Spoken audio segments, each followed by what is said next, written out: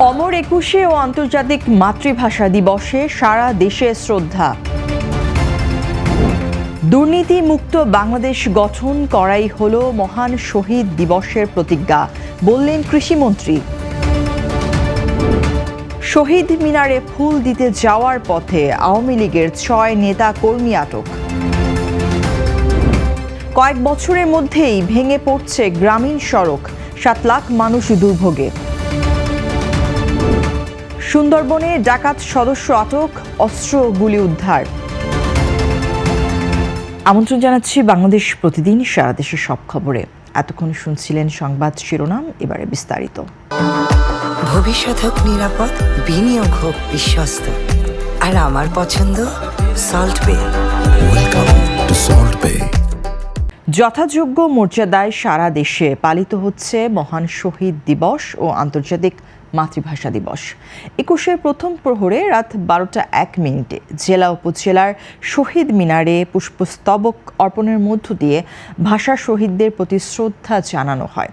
১৯৫২ সালের ২১ ফেব্রুয়ারি রাষ্ট্রভাষা বাংলার দাবিতে আন্দোলনরত ছাত্র জনতার ওপর গুলি বর্ষণে সালাম, বরকত, রফিক, জব্বার সহ অনেকেই শহীদ হন। তাদের আত্মত্যাগের আন্তর্জাতিক স্বীকৃতি হিসেবে ইউনেস্কো ১৯৯৯ সালে ২১ ফেব্রুয়ারিকে আন্তর্জাতিক মাতৃভাষা দিবস ঘোষণা করেন।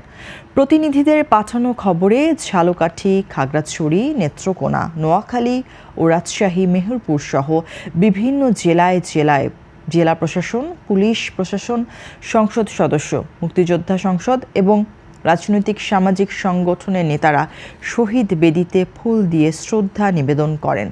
দিনব্যাপী আলোচনা সভা, সাংস্কৃতিক অনুষ্ঠান ও বিভিন্ন কর্মসূচির মধ্য দিয়ে ২১-এর চেতনায় উদ্ভাসিত হয় পুরো দেশ। অমর একুশে প্রথম প্রহরে কুমিল্লার কেন্দ্রীয় শহীদ মিনারে কৃষি, খাদ্য ও প্রাণী সম্পদ মন্ত্রী আমিনুর রশিদ ইয়াসিন ভাষা শহীদদের প্রতি শ্রদ্ধা নিবেদন করেছেন। তিনি বলেন, দুর্নীতিমুক্ত বাংলাদেশ গঠন করাই হলো মহান শহীদ দিবসের প্রতিজ্ঞা। এটাই সরকারের মূল অঙ্গীকার। রাত ১২টা ১ টাউন হল মাঠের শহীদ মিনারে মন্ত্রী, সংসদ সদস্য ও জেলা বিএনপি ও অন্যান্য সামাজিক সাংস্কৃতিক সংগঠন পুষ্পার্ঘ্য অর্পণ করে। জেলা প্রশাসক, পুলিশ, মুক্তিযোদ্ধা, সংসদ এবং বিভিন্ন সংগঠন ও শহীদদের প্রতি শ্রদ্ধা জানান। দিবসটি উপলক্ষে জেলা প্রশাসন ও সামাজিক সাংস্কৃতিক সংগঠন ২১ বিষয়ক চলচ্চিত্র প্রদর্শনী, শিশু চিত্রাঙ্গন, রচনা প্রতিযোগিতা ও আলোচনা সভার আয়োজন করেছে। নোয়াখালীর কোম্পানিগঞ্জে শহীদ মিনারে ফুল দিতে যাওয়ার প্রস্তুতিকালে কার্যক্রম নিষিদ্ধ সংগঠন বাংলাদেশ আওয়ামী লীগের ৬ নেতা কর্মীকে আটক করেছে পুলিশ। শুক্রবার দিবাগত রাত ৩টা থেকে ৪টার মধ্যে উপজেলার বসুরহাট বাজার এলাকা থেকে তাদের আটক করা হয়। শনিবার দুপুরে বিষয়টি নিশ্চিত করেন কোম্পানিগঞ্জ থানার ভারপ্রাপ্ত কর্মকর্তা মোহাম্মদ নুরুল হাকিম। পুলিশ জানায়, অমর ২১শে ফেব্রুয়ারি ও আন্তর্জাতিক মাতৃভাষা দিবস উপলক্ষে ১০ থেকে ১৫ জন নেতাকর্মী বসুরহাট কেন্দ্রীয় শহীদ মিনারে ফুল দিতে যাওয়ার প্রস্তুতি নিচ্ছিলেন। খবর পেয়ে পুলিশ অভিযান চালিয়ে ৬ জনকে আটক করে। আটক ব্যক্তিদের পরিচয় যাচাই বাছাই শেষে তাদের বিরুদ্ধে আইনগত ব্যবস্থা নেওয়া হবে বলে জানিয়েছে পুলিশ। মেহেরপুরের গ্রামীণ সড়কগুলো নির্মাণের কয়েক বছরের মধ্যেই ভেঙে পড়ছে, যা ৭.৫ লাখ মানুষকে চরম দুর্ভোগে ফেলেছে। ভাঙা সড়কের কারণে যাতায়াত সময় বৃদ্ধি পাচ্ছে, যানবাহন দ্রুত নষ্ট হচ্ছে এবং সাধারণ মানুষ ও ব্যবসায়ীরা ক্ষতির মুখে পড়ছেন। জেলার বিভিন্ন উপজেলায় রাস্তার পিচ উঠে গেছে, মাঝখানে বড় বড় খন্দক তৈরি হয়েছে এবং অনেক স্থানে সুরক্ষা প্রাচীরও ভেঙে পড়েছে। নির্মাণের সময় নিম্নমানের ইট, বালু ও বিটুমিন ব্যবহার করায় ১ থেকে ১.৫ বছরের মধ্যেই সড়কের অবস্থা নাজুক হয়ে উঠেছে। এখন একটু বৃষ্টিতেই রাস্তার অবস্থা আরও খারাপ হয়।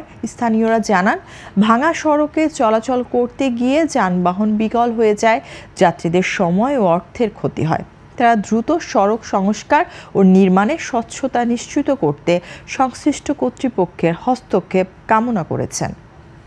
সুন্দরবনের শিবসা নদী সংলগ্ন কুমড়োকাঠি এলাকায় কোস্টগার্ডের বিশেষ অভিযানে অস্ত্র, গোলা বারুদ সহ দুর্ধর্ষ ডাকাত করিম শরীফ বাহিনীর এক সদস্যকে আটক করা হয়েছে। বাদশা শেখ বাগেরহাট জেলার রামপাল থানার বাসিন্দা।